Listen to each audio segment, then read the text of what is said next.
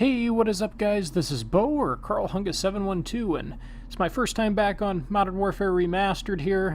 From probably, Jesus, I'm trying to remember the last time I uploaded that sniper gameplay on this map, which was actually an old sniper gameplay. But I decided to hop back on. I was watching some of the old-time pros play some game battles of this, and it's always fun watching those guys play. I mean, it never ends up working out the way you want it to, just because it's hard to find players to play game battles with.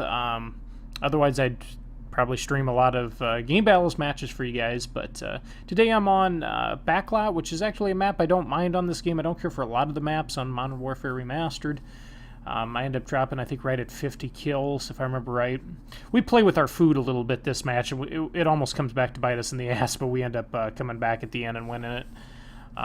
So I think you'll enjoy the gameplay in the background. And what class am I using, if you guys are curious? I actually really like this class. It's an incredibly underpowered. Class, don't use this class if you're planning on getting a lot of kills. You're just not going to. It's not designed for that.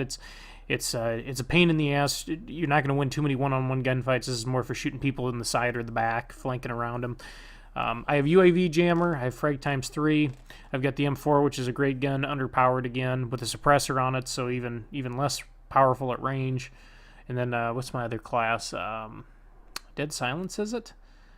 I can't remember what my third perk is, but that's my class in the background. And anyways, one thing I've been asked before in the past, and I get asked, people ask me this question every once in a while when I stream. It's been a while since I've streamed. Hopefully I'll get on tonight, guys, or tomorrow on stream for you. But, excuse me, one thing I get asked a lot is whether or not things like Scuffs, Astros, etc., anything like that, gamer grip, you have the red dots you can put on your TV, is that really needed? Do you need those things? Do you need that technology? Do you need those different things to help you basically be a more competitive or a better player?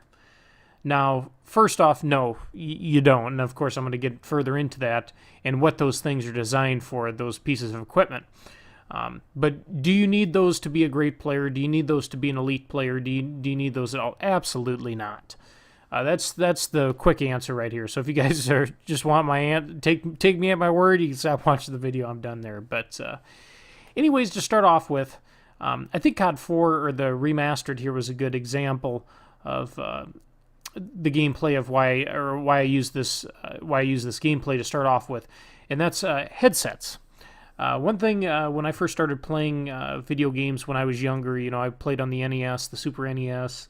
The Dreamcast, the original PlayStation and Nintendo 64. You didn't have headsets. You didn't have that stuff. You used your TV speakers, your television speakers.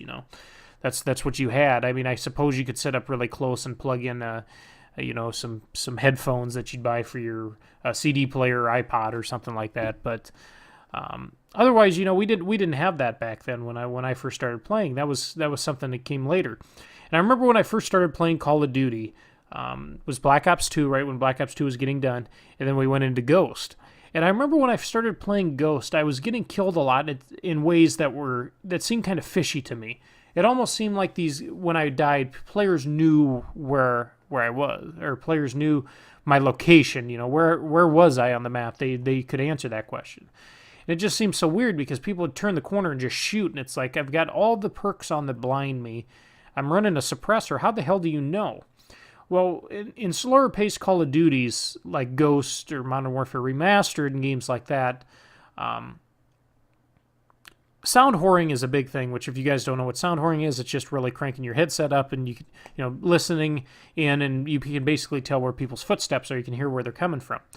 Now, Astros, Turtle Beaches, anything like that, they're phenomenal to have. Especially in, like I said, slower-paced games, especially like Rainbow Six or Counter-Strike, games like that, really competitive games where positioning and footsteps are important. Those things make a big difference. I'm not going to lie, they do make a big difference. Are they necessary to be a phenomenal player? No, they're not. But what I'm going to get at, and like I said, I guess I'll just tell you guys this now, but what my closing conclusion is going to be is that all these things are not necessary to make you a great player. they just help you. They just give you an edge up on that other great player. If there's two great players and you have, an Astro headset or an Elite Turtle Beach headset, and they're basically using their TV, even though they might have the best shot in the world. They could still hear, using their television. They can still hear using their cheaper headset. But because you have a better headset, you might have a slightly better advantage over them. But it's not necessary. Again, it's not necessary. Now, the reason I think Modern Warfare Remastered, is a great example for this is because it's such a slow game. It's very methodical. There's a lot of crap on the ground. I don't know if you ever turn your headsets up, you can hear footsteps real easy, but you can hear people walking on concrete, metal. You can hear people bumping into bricks and bottles all over the ground and stuff. It's kind of cool, realistic, but excuse me, guys. But again, that's one example right there. They aid, they help, but they're not necessary. Scuff controller. I'm somebody who I've purchased, let me think real quick. I purchased 2 Scuffs for my 360, I purchased 2 for my One, and I purchased 1 for my PlayStation 4. Are they necessary? Absolutely not. Again, they're not necessary. One thing I'll say with the Scuff, that in the newer Call of Duties where you had wall running, you had double jumping, you had boost jumping, jetpack movement, really advanced movement where you're just constantly in the air, constantly smashing that jumping button, I think Scuffs were a little bit more important to some players.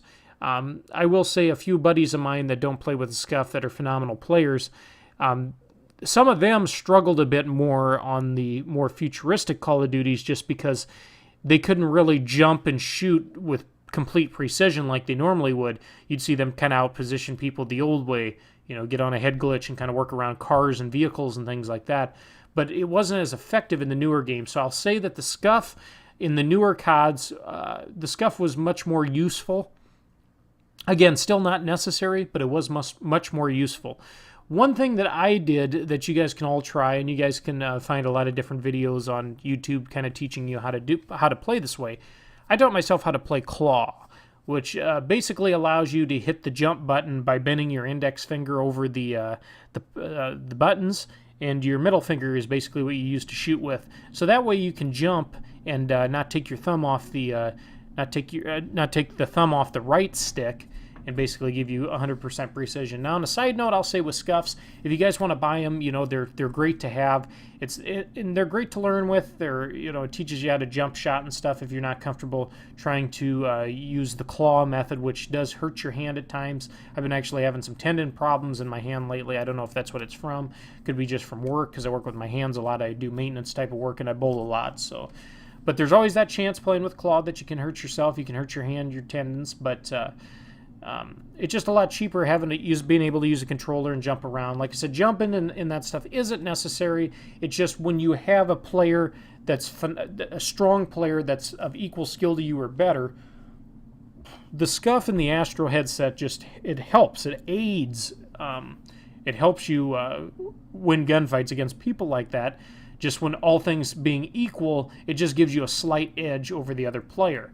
And that's what these things are basically designed for. So if you're asking me, would I ever push a Scuff on somebody? Would I ever push Astro headsets on somebody? Absolutely not. That's something you don't need. It's like I said, it's something nice to have. It gives you a little bit of an advantage over the other person, but it's really not that necessary. And if you guys want one of these days, I'll do a video where I literally take off my headset. Obviously, I don't play with the Scuff. I play with a normal controller. And if you want, I won't even play Claw. I'll just play normal. And you'll see that there are a gunfight here, and there might be 1 or 2 gunfights here and there that I lose because I'm not playing with my Scuff, or I'm not playing Claw, or because I don't have my Astros on and I can't quite hear somebody around a corner. But it's really not that often. Typically, you're going to win most of your gunfights by outpositioning people and just having a better shot than them. That's kind of what it comes down to. And one more caveat I'll say with the Scuff controllers, if you're looking to buy them. I'm not necessarily complaining. I'm not paid by Scuff. I'm not sponsored by anybody, which I think is a good thing, because I'm not, I don't have any reason to really talk up the company or anything like that. But the problems I've had with Scuff and why I've purchased 5 of them, I mean, I really, in all honesty, I should have only had to purchase 3. 360, 1, PlayStation 4. but I've noticed over time that the scuffs fall apart. And they fall apart quite easily, and I've had that problem with multiple scuffs. And to be honest with you guys, I don't play all the time. I'm not a professional gamer. I'm not a professional streamer. You know, there are times when I get a wild hair up my ass and I play all the time. I play quite often, or if there's tournaments coming up, different things like that. I do play quite often, but I don't play often enough to where the scuff should be breaking down on me like it has in the past. And like I said, that's one thing I've noticed, and one of the big complaints I've had with Scuff. I've had issues where my joystick will just start to sway, or if I leave my controller sit without touching it, my guy will start looking up at the sky. You know, basically it's like my trigger's loose or something, or not my trigger, my joystick's loose or something. And it shouldn't be. Again, I don't bang on my controller. I don't, throw it on the floor. Used to when I was a kid when I raged at video games, but I don't do that. And a scuff should last longer than that. You're paying upwards of $200 sometimes for a scuff to get paddles and different things and trigger stops. Those controllers should last probably a good 5-10 years in my opinion. But that's one of the big issues I've had with the Scuff controllers. So that's just, if you guys are interested in Scuff, I'm not telling you not to get them. I loved my Scuffs when I had them. I just noticed they only would last a couple of years, and I had to buy another one. And it just got to the point where, I really don't feel as though I should spend $200 every 2 years on a controller, that when I can go out and buy a base model controller. I mean, I've had my PS4 a couple of years now. I'm still using my original controller, playing claw with that. No problems at all. That's how a Scuff should be. So that's just a side note. If you guys are interested in buying a Scuff, I'm not saying not to, but that's just a side note. Another thing I figured I'd bring up a couple of new things that I've seen out and about. The Zim and the red dot, which you can put on your television, which basically shows you where the center of your screen is. It helps you with quick scoping and hip firing and things like that. To start off with the Zim, I have not used the Zim. I have a buddy that's just started using it. He figured he'd kind of mess with it a little bit on Rainbow Six, just because you don't have auto aim on Rainbow Six. That's probably the most tactical game you can play on console at the moment. Do I think the Zim's a cheating mechanism or anything? No, absolutely not. It gives you a big advantage in games like Rainbow Six, where you're going up against other people that have joysticks without auto aim. That's about the most inaccurate thing on the planet, is a controller, especially without auto aim, and you've got a mouse that has 100% precision. So for all you guys that just maybe came from PC, or you're just used to playing with a mouse and keyboard, hey, I recommend going out and giving the Zim a try. I really do.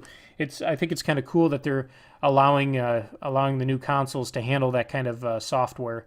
And such. I'd like to try it someday, and if I ever get some extra dough, or I end up renting one or trying one out, I'll definitely stream with it and let you guys know kind of what to expect from the Zim. And then so like I said, on the Zim, if you're looking, like I said, for precision or anything of the sort, I'd recommend picking up a Zim if you're used to playing with a mouse and keyboard or something like that, or if you just want to learn. Maybe you want to become a PC player one of these days and you just want to kind of mess around first on console, which you're used to. Hey, give it a try. Nothing hurts there. And I figured the last thing I'd talk about is the red dot. I had a buddy that used the red dot for a little while. He said he absolutely loved it. It definitely helps with people who like to quick scope and different things like that, because you basically know 100% where the center of your screen is, so your centering is almost always perfect. Again, do I think that's cheating using one of the? No, I don't. Like I said, again, it gives you a little bit of an advantage over the next player. Like if you're quick scoping, if you start off hip firing around a corner, Advanced Warfare, a really fast paced, twitchy shooter like that, I think a red dot would help more, or even a Zim would help more in a game like that where your aim has to be 100% on, otherwise you're going to lose a gunfight. But I just wanted to do this video because I've had that question so many times, are these things worth buying? And again, in conclusion, I think these things help you refine your skills, but they don't make you a great Call of Duty player. You're not going to be a great Call of Duty player because you've got a $250 set of Astros or $250 controller.